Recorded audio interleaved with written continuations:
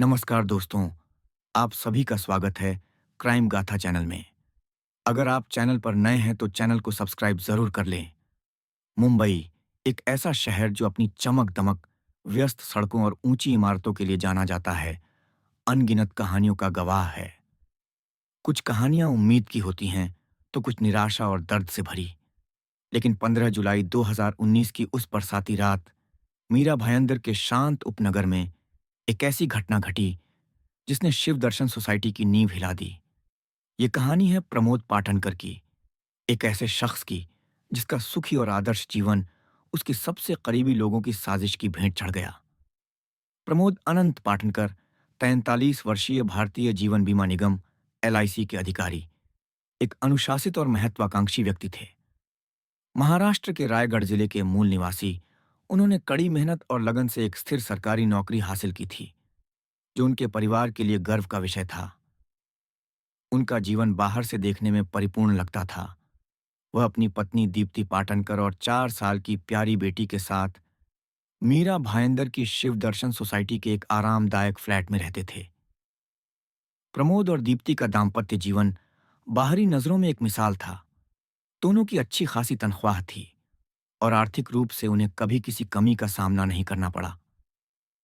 दीप्ति, जो गोरेगांव के एक सरकारी स्कूल में शिक्षिका थीं, अपने काम में माहिर थीं। उनकी बेटी, जिसे प्रमोद बेहद लाड प्यार करते थे, उनके जीवन की सबसे बड़ी खुशी थी। हर सुबह प्रमोद और दीप्ति एक साथ अपने अपने काम पर निकलते। दीप्ति दोपहर बाद स्कूल से लौटती, जबकि प्रमोद का ऑफिस शाम को खत्म होता। ये उनकी सामान्य दिनचर्या थी, जो बाहर से देखने में बिल्कुल सामान्य और सुखद थी। लेकिन इस सूखी तस्वीर के पीछे एक ऐसी सच्चाई छिपी थी, जो धीरे धीरे सामने आने वाली थी। 15 जुलाई 2019 की रात मुंबई में बारिश अपनी पूरी शिद्दत से बरस रही थी। शिव दर्शन सोसाइटी की गलियां शांत थीं और अधिकांश लोग अपने घरों में नींद के आलम में थे। रात के 11 बजे दीप्ति पाटनकर अपनी बेटी को ननिहाल छोड़कर थकी हारी घर लौट रही थीं। उनकी चाल में दिन भर की थकावट साफ झलक रही थी। सोसाइटी के गेट से अंदर घुसते ही उन्होंने लिफ्ट ली और अपने फ्लैट की ओर बढ़ी। जैसे ही दीप्ति ने अपने फ्लैट का दरवाजा खटखटाया, कोई जवाब नहीं मिला। उन्होंने कई बार डोरबेल बजाई, लेकिन अंदर से कोई हलचल नहीं हुई। एक अजीब सी बेचैनी ने उन्हें घेर लिया। आखिरकार उन्होंने अपने पर्स से डुप्लीकेट चाबी निकाली और दरवाजा खोला। जैसे ही दरवाजा खुला, उनके सामने का दृश्य ऐसा था कि उनके पैरों तले जमीन खिसक गई। फ्लैट में सन्नाटा पसरा हुआ था। कमरे की हल्की रोशनी में दीप्ति की नजर फर्श पर पड़ी, जहां उनके पति प्रमोद पाटनकर का निश्चल शरीर लेटा था। उनके गले पर गहरे निशान थे, जैसे किसी ने रस्सी से कसकर गला घोंटा हो। दीप्ति की चीखें हवा में गूंज उठीं और वह सदमे में जमीन पर बैठ गईं। उनकी चीखें सोसाइटी की दीवारों से टकराकर आसपास के लोगों तक पहुंची और देखते ही देखते पड़ोसी उनके फ्लैट की ओर दौड़ पड़े। जैसे ही पड़ोसी फ्लैट में पहुंचे, उन्होंने जो देखा उसने उन्हें स्तब्ध कर दिया। बेडरूम के फर्श पर प्रमोद की लाश पड़ी थी और पास ही दीप्ति बिलख रही थी। फ्लैट का सारा सामान बिखरा हुआ था। अलमारी के दरवाजे खुले थे। कपड़े और सामान इधर उधर बिखरे पड़े थे, जैसे किसी ने वहां तूफान ला दिया हो। हर कोई हैरान था, ऐसा क्या हो गया था इस शांत और सभ्य परिवार में। दीप्ति ने कांपते हाथों से अपने पिता भानुदास भावेकर को फोन किया, जो पास ही रहते थे। भानुदास को जब बेटी की टूटी बिखरी आवाज में यह खबर मिली, तो वह कुछ पल के लिए ठगे से रह गए। उन्होंने तुरंत दीप्ति को हौसला दिया और बिना समय गंवाए नवघर पुलिस स्टेशन को सूचना दी। परिवार के अन्य सदस्यों को साथ लेकर वह दीप्ति के फ्लैट की ओर दौड़ पड़े। नवघर थाने में जैसे ही हत्या की सूचना पहुंची, थाना प्रभारी रामभाल सिंह तुरंत हरकत में आ गए। उन्होंने अपनी टीम को तैयार किया और घटनास्थल की ओर रवाना हो गए। घटनास्थल थाने से महज 1 किलोमीटर की दूरी पर था, इसलिए पुलिस की जीप 10 मिनट के भीतर शिव दर्शन सोसाइटी के मुख्य द्वार पर पहुंच गई। पुलिस के आने से पहले ही सोसाइटी में भीड़ जमा हो चुकी थी। लोग सहमे हुए चेहरों और सवालों से भरी आंखों के साथ पुलिस को रास्ता दे रहे थे। रामहाल सिंह तेज कदमों से फ्लैट में दाखिल हुए। अंदर का दृश्य उनके अनुभव को भी झकझोर देने वाला था। फर्श पर एक पुरुष का निश्चल शरीर पड़ा था और पास ही एक महिला दीप्ति पाटनकर बिलख रही थी। उनकी चीखें दिल को चीर रही थीं। रामभाल सिंह ने लाश की ओर झुककर गौर से निरीक्षण किया। प्रमोद के गले पर गहरे निशान थे, जो साफ तौर पर गला घोंटने की ओर इशारा कर रहे थे। उनके अनुभव ने तुरंत चेतावनी दी। यह आत्महत्या नहीं, बल्कि एक सुनियोजित हत्या थी। फ्लैट की हालत भी कुछ और ही कहानी बयां कर रही थी। बिखरा हुआ सामान, खुली अलमारी और उथल-पुथल भरा कमरा, सब कुछ लूटपाट की नीयत से की गई वारदात की ओर इशारा कर रहा था। पुलिस ने तुरंत घटनास्थल को नियंत्रण में लिया। रामभाल सिंह ने अपनी टीम को निर्देश दिए कि कोई भी सबूत छूटने न पाए। उन्होंने मामले की गंभीरता को देखते हुए अपने वरिष्ठ अधिकारियों, पुलिस कंट्रोल रूम और फॉरेंसिक टीम को सूचित किया। कुछ ही देर में ठाणे ग्रामीण के पुलिस अधीक्षक शिवाजी राठौड़ और उप अधीक्षक शांताराम बल्वी घटनास्थल पर पहुंच गए। उनके साथ फॉरेंसिक टीम भी थी, जो अब इस रहस्य को सुलझाने की दिशा में गहराई से उतरने वाली थी। फॉरेंसिक टीम ने तुरंत घटनास्थल को सील कर दिया। उन्होंने हर सतह, हर कोने और हर वस्तु को बारीकी से जांचा। उंगलियों के निशान, जूतों के निशान या डीएनए का कोई भी अंश छूटने न पाए, इसके लिए कैमरे की फ्लैश लगातार जल रही थी। हर एंगल से तस्वीरें खींची जा रही थीं। इस बीच रामभाल सिंह ने दीप्ति से प्रारंभिक पूछताछ शुरू की। दीप्ति की आंखों में डर, दुख और सदमा साफ झलक रहा था। कांपती आवाज में उन्होंने बताया कि वह अपनी बेटी से मिलने मायके गई थीं। रात 11 बजे के करीब जब वह लौटीं, तो हमेशा की तरह उन्होंने डोरबेल बजाई और प्रमोद को आवाज दी, लेकिन कोई जवाब नहीं मिला। कई बार कोशिश के बाद उन्होंने डुप्लीकेट चाबी से दरवाजा खोला और अंदर प्रवेश किया। जैसे ही उनकी नजर प्रमोद की निर्जीव देह पर पड़ी, उनकी चीख निकल गई। वरिष्ठ अधिकारियों के लौटने के बाद रामभाल सिंह ने एक बार फिर घटनास्थल का बारीकी से मुआयना किया। बेडरूम में रखी टेबल पर 2 खाली चाय के कप पड़े थे। एक कप के किनारे पर हल्का गुलाबी लिपस्टिक का निशान था, एक ऐसा सुराग जो किसी अनजान किरदार की मौजूदगी की ओर इशारा कर रहा था। बिस्तर की चादर असामान्य रूप से सिकुड़ी हुई थी, जैसे वहां हाल ही में कोई हलचल हुई हो। लेकिन सबसे चौंकाने वाला सुराग तकिए के नीचे मिला, एक कंडोम का पैकेट। ये सुराग साफ तौर पर एक अलग कहानी की ओर इशारा कर रहे थे। पुलिस को शक हुआ कि फ्लैट में कोई ऐसी महिला आई थी जो प्रमोद की जान पहचान की रही होगी।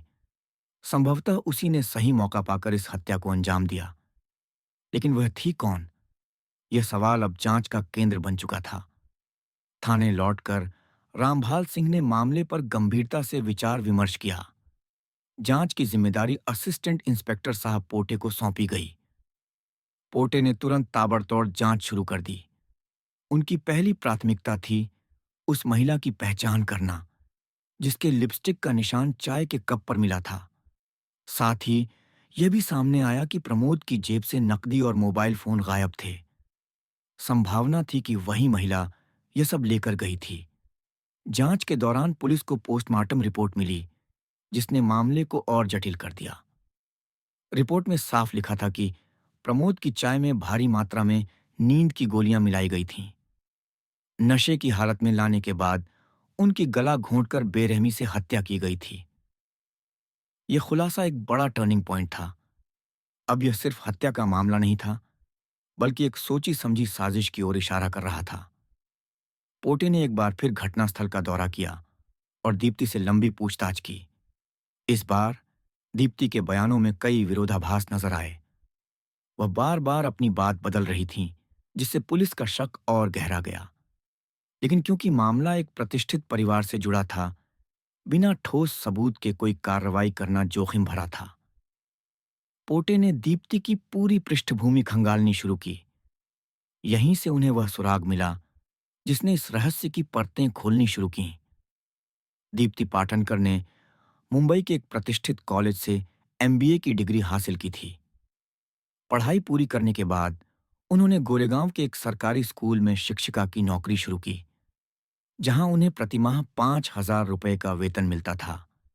उनकी शादी प्रमोद से उनके परिवार ने तय की थी, क्योंकि प्रमोद की सरकारी नौकरी और सरल स्वभाव उन्हें एक स्थिर और भरोसेमंद जीवन साथी बनाता था। लेकिन इस शादी के पीछे एक और कहानी थी। दीप्ति के परिवार ने पहले उनके लिए अपने रिश्तेदार समाधान पाषाणकर को चुना था। समाधान, दीप्ति की बुआ का बेटा, न सिर्फ परिवार का जाना पहचाना था, बल्कि दीप्ति को भी वह बेहद पसंद था। दोनों के बीच अच्छा मेलजोल था और रिश्ता तय होने की पूरी उम्मीद थी। लेकिन जब विवाह का अंतिम फैसला लेने का समय आया, तो दीप्ति के परिवार ने समाधान की तुलना में प्रमोद को बेहतर विकल्प माना। समाज और परिवार के दबाव में दीप्ति को समाधान के प्रति अपने पहले प्यार को भुलाना पड़ा। सन 2014 में समाधान पाषाणकर एक काम के सिलसिले में मुंबई आया। 35 वर्षीय समाधान पुणे में एक फाइनेंस कंपनी में काम करता था। उसकी शादी हो चुकी थी और उसकी पत्नी एक बैंक में नौकरी करती थी। उनके 2 बच्चे भी थे। समाधान का जीवन अपनी राह पर था। आहा, सन 2014 में समाधान पाषाणकर एक काम के सिलसिले में मुंबई आया। ठहरने के लिए उसने दीप्ति पाटनकर के फ्लैट का रुख किया। दीप्ति ने उसे खुले दिल से स्वागत किया, जैसे पुराने रिश्ते की गहराई फिर से प्रकट हो रही हो। दीप्ति की बुआ का बेटा था और दोनों के बीच एक पुरानी दोस्ती का रिश्ता था। दीप्ति ने बहुत समय पहले उन बीते दिनों को अपने दिल से निकाल दिया था, लेकिन समाधान के अचानक आगमन से वे सारी यादें फिर से ताजा हो गईं, जैसे वह सब कुछ फिर से जी रही हों। समाधान के ठहरने के दौरान दीप्ति ने उसका खास ख्याल रखा। उसकी देखभाल और बातचीत में दीप्ति की कोमलता और स्नेह स्पष्ट दिखाई दे रहा था। समाधान के साथ बिताए गए यह कुछ दिन उनके लिए एक तरह से अतीत की यादों के पुनर्जनन जैसे थे। हालांकि यह स्थिति पूरी तरह से मित्रवत और औपचारिक थी, फिर भी दीप्ति के मन में हलचल थी। 4-5 दिन के ठहराव के बाद जब समाधान पुनः लौटने लगा, तो उसने प्रमोद और दीप्ति का आभार व्यक्त किया। समाधान का आभार इस बात का प्रतीक था कि उसे दीप्ति और प्रमोद के घर में अपनेपन का एहसास हुआ था। प्रमोद और दीप्ति ने औपचारिकता के नाते उसके आभार का उत्तर देते हुए कहा, घर तुम्हारा ही है, जब चाहो कभी भी आ सकते हो। ये शब्द जितने सामान्य थे, उतने ही उनके भीतर एक अजीब सी नजदीकी और अनकहे संबंधों की गूंज छिपी हुई थी। समाधान के जाने के बाद भी दीप्ति के मन में वह पुरानी कसक और हल्की सी खिंचाव बाकी रह गई थी। समझने में देर न लगी। समाधान को जैसे अपनी मोह मांगी मुराद मिल गई हो। प्रमोद पाटनकर और दीप्ति के मन को टटोलने के बाद समाधान के दिल में दीप्ति का तन मन पाने की एक अजीब सी चाह ने जन्म लिया था। 4-5 दिनों तक दीप्ति के परिवार के साथ रहकर वह अपनी भावनाओं में खो चुका था। अब वह बस यही चाहता था कि दीप्ति और उसका और ज्यादा साम्य बढ़े। एक ऐसा रिश्ता हो जो किसी शब्द से नहीं, बल्कि निकटता से परिभाषित हो। समाधान के मन में यह चाह लगातार बढ़ रही थी और वह इस सच्चाई को नकार नहीं पा रहा था। इसके बाद वह किसी न किसी बहाने मुंबई आने लगा और प्रमोद पाटनकर के घर को अपना आशियाना बना लिया। वह जानबूझकर दीप्ति के पास ज्यादा समय बिताने की कोशिश करता, ये सोचते हुए कि वह किसी तरह दीप्ति के करीब आ सके। हर बार जब वह आता, उसका दिल उसी अजीब सी उम्मीद से भर जाता, जैसे किसी ठोस कड़ी को ढूंढने का प्रयास कर रहा हो। कभी मन से, कभी अनजाने में, लेकिन दीप्ति के करीब जाने की चाह धीरे धीरे उसके पूरे मन को घेरने लगी थी। दीप्ति पाटनकर भी कोई अनजान नहीं थी। वह समाधान के हाव भाव की भाषा अच्छी तरह समझती थी।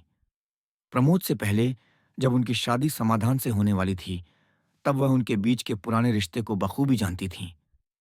समाधान की हर बात, हर इशारा अब भी उनके मन में एक हलचल छोड़ जाता था। समाधान अक्सर हंसी मजाक करते हुए, ठंडी आहें भरते हुए कहता, दीप्ति, तुम्हारा घर मुझे अपने घर जैसा लगता है। मेरे आने पर तुम अपने सारे काम छोड़कर मेरा इतना ख्याल रखती हो। दीप्ति ने हल्की मुस्कान के साथ उसी के शब्दों में जवाब दिया, यह भी तो तुम्हारा ही घर है। समाधान ने कहा, यह घर मेरा कहाँ है? ये तो तुम्हारे पति का है। लेकिन तुम मुझे अपनी जैसी लगती हो, इसीलिए मैं यहां आ जाता हूं। उसके शब्दों में एक सीधी सी मासूमियत थी, लेकिन दीप्ति के गालों पर हल्की लाली आ गई। ये देख समाधान को एहसास हुआ कि उसकी बातों का असर हो रहा था। लेकिन दीप्ति ने कुछ नहीं कहा। वह चुपचाप मुस्कुराती रही, जैसे उन शब्दों को अनसुना कर रही हो, लेकिन उनके मन में गहरी हलचल थी। समाधान ने दीप्ति की खामोशी को तोड़ा। दीप्ति, बताओ तुम मुझे क्या समझती हो? वक्त अगर साथ देता तो आज तुम मेरी पत्नी होती, लेकिन तुम मेरे नसीब में नहीं थी। दीप्ति ने अपनी चुप्पी तोड़ते हुए कहा, अब बोलने से क्या फायदा? जो होना था हो गया। तुम्हारी पत्नी तो अच्छी है। उनकी आवाज में हल्की तन्हाई थी, लेकिन उन्होंने इसे अपनी कमजोरी नहीं बनने दिया। समाधान ने ठंडी आह भरते हुए कहा, हाँ, लेकिन तुम्हारी जैसी नहीं है। फिर उसकी आवाज में एक अजीब सा आकर्षण था। दीप्ति, एक बात कहूं? अगर तुम मानो तो अभी भी वक्त है। हम दोनों एक हो सकते हैं। समाधान की यह बात जैसे दीप्ति के भीतर कहीं कुछ गहरा छू गई।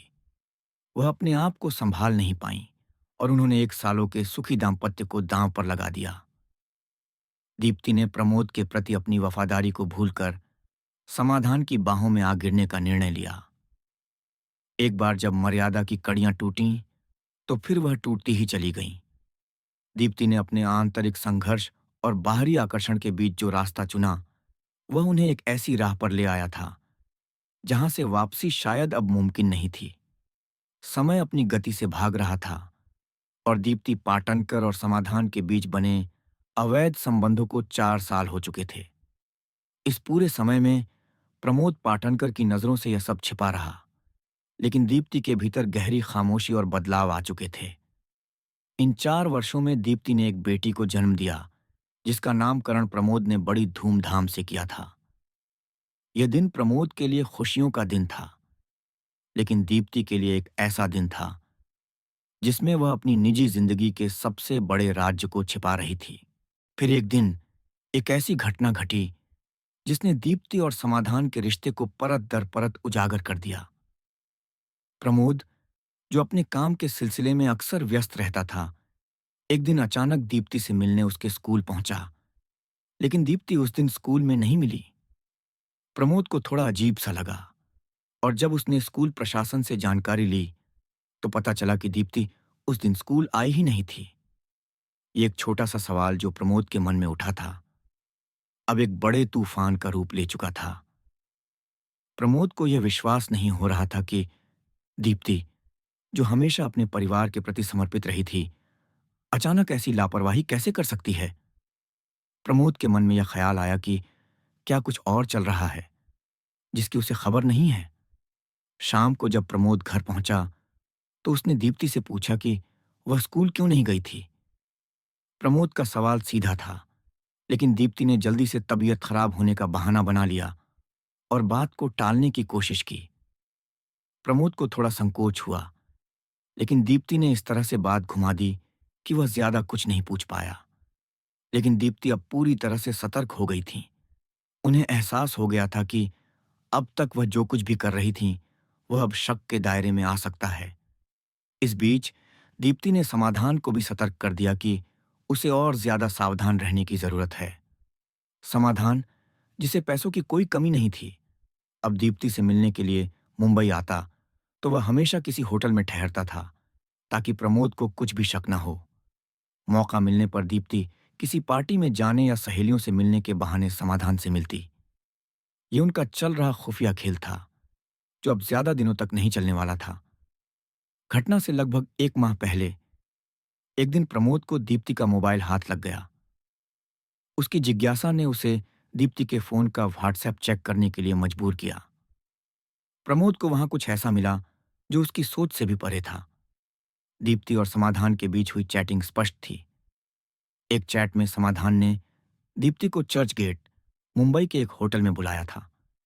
यह देख प्रमोद का दिल बैठ गया और उसका शक अब यकीन में बदल चुका था। उस दिन भी दीप्ति घर से बाहर गई थी और शाम तक नहीं लौटी थी। प्रमोद ने समझा नहीं था कि वह कहाँ हो सकती है, लेकिन जैसे ही वह घर लौटी, उसने उसे आड़े हाथों लिया। प्रमोद ने दीप्ति के फोन के मैसेज दिखाए और उसके पीछा करने की सारी बातें उजागर कर दी। दीप्ति के चेहरे पर डर साफ झलकने लगा। वह अब झूठ नहीं बोल सकती थी। उनकी सारी हिम्मत जैसे खत्म हो गई थी। दीप्ति ने इस पूरे मामले को सुलझाने के लिए शर्मिंदा होकर प्रमोद से माफी मांगी और कसम खाई कि वह अब कभी समाधान से नहीं मिलेगी। ये पल दीप्ति के लिए बेहद कठिन था, क्योंकि उन्हें पता था कि अब प्रमोद के विश्वास को फिर से हासिल करना आसान नहीं होगा। उनकी गलती ने सब कुछ बदल दिया था और उन्होंने अपने पति के सामने अपने जुर्म को स्वीकार किया। प्रमोद ने दीप्ति को माफ तो कर दिया, लेकिन दीप्ति को यह समझ में आ गया कि घनिष्ठ संबंधों में कस्में और वादों का कोई खास मायने नहीं होता। उन्हें अब प्रमोद की अपेक्षा समाधान अधिक आकर्षक लगता था और उन्हें यह एहसास होने लगा कि प्रमोद उनकी राह का कांटा बन चुका है। वह इस कांटे को हमेशा के लिए समाप्त करना चाहती थीं। इस बारे में दीप्ति ने समाधान से बात की और समाधान भी दीप्ति के इरादों को समझ गया। अब ये दोनों मिलकर एक खतरनाक योजना बना रहे थे। घटना के एक सप्ताह पहले समाधान ने दीप्ति को नींद की गोलियां लाकर दीं। दीप्ति ने उन्हें प्रमोद की चाय में मिलाकर देने की योजना बनाई। पहले 2 बार उसने प्रमोद को 10-10 गोलियां चाय में मिलाकर दीं, लेकिन आश्चर्यजनक रूप से उन गोलियों का प्रमोद पर कोई असर नहीं हुआ। उसकी सहन शक्ति और शरीर ने उन गोलियों को किसी भी असर के बिना हजम कर लिया। इस बीच दीप्ति की उम्मीदें टूट रही थीं, लेकिन समाधान ने हार मानने की बजाय तीसरी बार एक और योजना बनाई। एक दिन घटना से ठीक पहले समाधान ने दीप्ति को 20 नींद की गोलियां दीं और उसे निर्देश दिया कि अब वह इन्हें एक साथ प्रमोद को दे दे, ताकि कोई भी गलती ना हो और प्रमोद पर यह गोलियां असर करें। शाम 7:30 पर ऑफिस से लौटने के बाद दीप्ति ने वही किया जैसा समाधान ने उसे बताया था। उसने नींद की 20 गोलियां चाय में घोलकर अपने पति प्रमोद पाटनकर को दे दी। आधे पौने घंटे बाद जब प्रमोद पर गोलियों का असर पूरी तरह से हो गया और वह गहरी नींद में डूब गया, तो दीप्ति ने समाधान को फोन किया और उसे अपने घर बुला लिया। समाधान आधे घंटे में दीप्ति के फ्लैट पर पहुंच गया। दोनों ने फिर मिलकर गहरी नींद में पड़े प्रमोद पाटनकर को मौत के घाट उतार दिया। दीप्ति ने प्रमोद के पैरों को कसकर पकड़ लिया, जबकि समाधान ने उसकी गर्दन में रस्सी डालकर उसे कस दिया। यह वह पल था जब दीप्ति ने अपने दाम्पत्य जीवन को खत्म करने का पूरा निर्णय लिया था और समाधान ने उसे इस घिनौने अपराध में पूरी तरह से सहयोग किया। प्रमोद पाटनकर की हत्या, जो अब तक उनके रिश्ते की चुप्पी में एक असलियत बन चुकी थी, अब एक खौफनाक सत्य बन चुकी थी। प्रमोद की हत्या के बाद दीप्ति और समाधान ने शव को बिस्तर से उठाकर फर्श पर डाल दिया। इसके बाद उन्होंने उसी बिस्तर पर अपनी तन मन की प्यास बुझाई। हत्या के बाद दीप्ति ने अपने मायके जाने का फैसला किया, जबकि समाधान अपनी साजिश को पूरा करने के लिए आगे बढ़ा। समाधान ने सबसे पहले अपने होठों पर लिपस्टिक लगाकर मेज पर रखे चाय के खाली कप पर होठों का निशान बना दिया। ये निशान उस पर आधारित था जो वह चाहता था कि पुलिस को किसी महिला की उपस्थिति का संदेह हो, ताकि अपराध को छिपाया जा सके। इसके बाद उसने अलमारी का सामान बाहर निकालकर पूरे फ्लैट में फैला दिया और प्रमोद पाटनकर के बिस्तर के नीचे कंडोम का पैकेट रख दिया। यह कदम उसने पूरी योजना के तहत लिया था, ताकि कोई और संदेह पैदा हो और पुलिस इस मामले को एक और कोण से देखे। समाधान ने अपने कदम आगे बढ़ाए और प्रमोद का मोबाइल फोन और जेब में रखे 3,000 रुपये निकाल कर ले गया। यह सारा सामान लेकर वह गुमनाम तरीके से पुलिस की जांच को गुमराह करने के प्रयास में जुट गया था। उसकी कोशिशें अब एक अपराधी के रूप में अपनी गहरी छाप छोड़ रही थीं। समाधान पाषाण करके जाने के कुछ समय बाद दीप्ति पाटनकर अपने फ्लैट पर लौटीं और अचानक चीखने चिल्लाने लगीं। उनकी आवाजें सुनकर आसपास के लोग इकट्ठा हो गए और जल्दी ही पुलिस को सूचित कर दिया। पुलिस मौके पर पहुंची और दीप्ति से पूछताछ की। दीप्ति ने शुरुआत में सब कुछ सामान्य दिखाने की कोशिश की, लेकिन पुलिस के दबाव में धीरे धीरे उसने सच्चाई कबूल कर ली। दीप्ति से पूछताछ के बाद पुलिस ने समाधान पाषाणकर को गोरेगांव के एक लॉज से गिरफ्तार कर लिया। दोनों के बीच हुई साजिश और हत्या की पूरी सच्चाई सामने आई। अब पुलिस ने मामले को गंभीरता से लिया और दोनों के खिलाफ विस्तार से पूछताछ की। इसके बाद थाना नौघर में दोनों के खिलाफ भारतीय दंड विधान की धारा 302, हत्या 201, सबूतों को नष्ट करना 328, जहर देना और 34, साझा इरादा के तहत मुकदमा दर्ज कर लिया गया। दोनों को गिरफ्तार कर तलजा जेल भेज दिया गया, जहां उनकी सजा की प्रक्रिया शुरू हो गई। इस मामले की आगे की जांच असिस्टेंट इंस्पेक्टर साहब पोटे के द्वारा की जा रही थी, जो अब इस जघन्य अपराध को सुलझाने की पूरी जिम्मेदारी संभाल रहे थे। प्रमोद पाटनकर की हत्या की यह कहानी सिर्फ एक अपराध की कहानी नहीं थी, बल्कि विश्वास, धोखे और मानवीय कमजोरियों की एक दर्दनाक दास्तान थी। एक ऐसा परिवार जो बाहर से देखने में सुखी और समृद्ध था, अंदर से टूट चुका था। दीप्ति और समाधान की साजिश ने न सिर्फ एक निर्दोष व्यक्ति की जान ली, बल्कि उनके अपने जीवन को भी हमेशा के लिए तबाह कर दिया। ये कहानी हमें याद दिलाती है कि कभी-कभी सबसे बड़ा खतरा हमारे सबसे करीबी लोगों से ही आता है।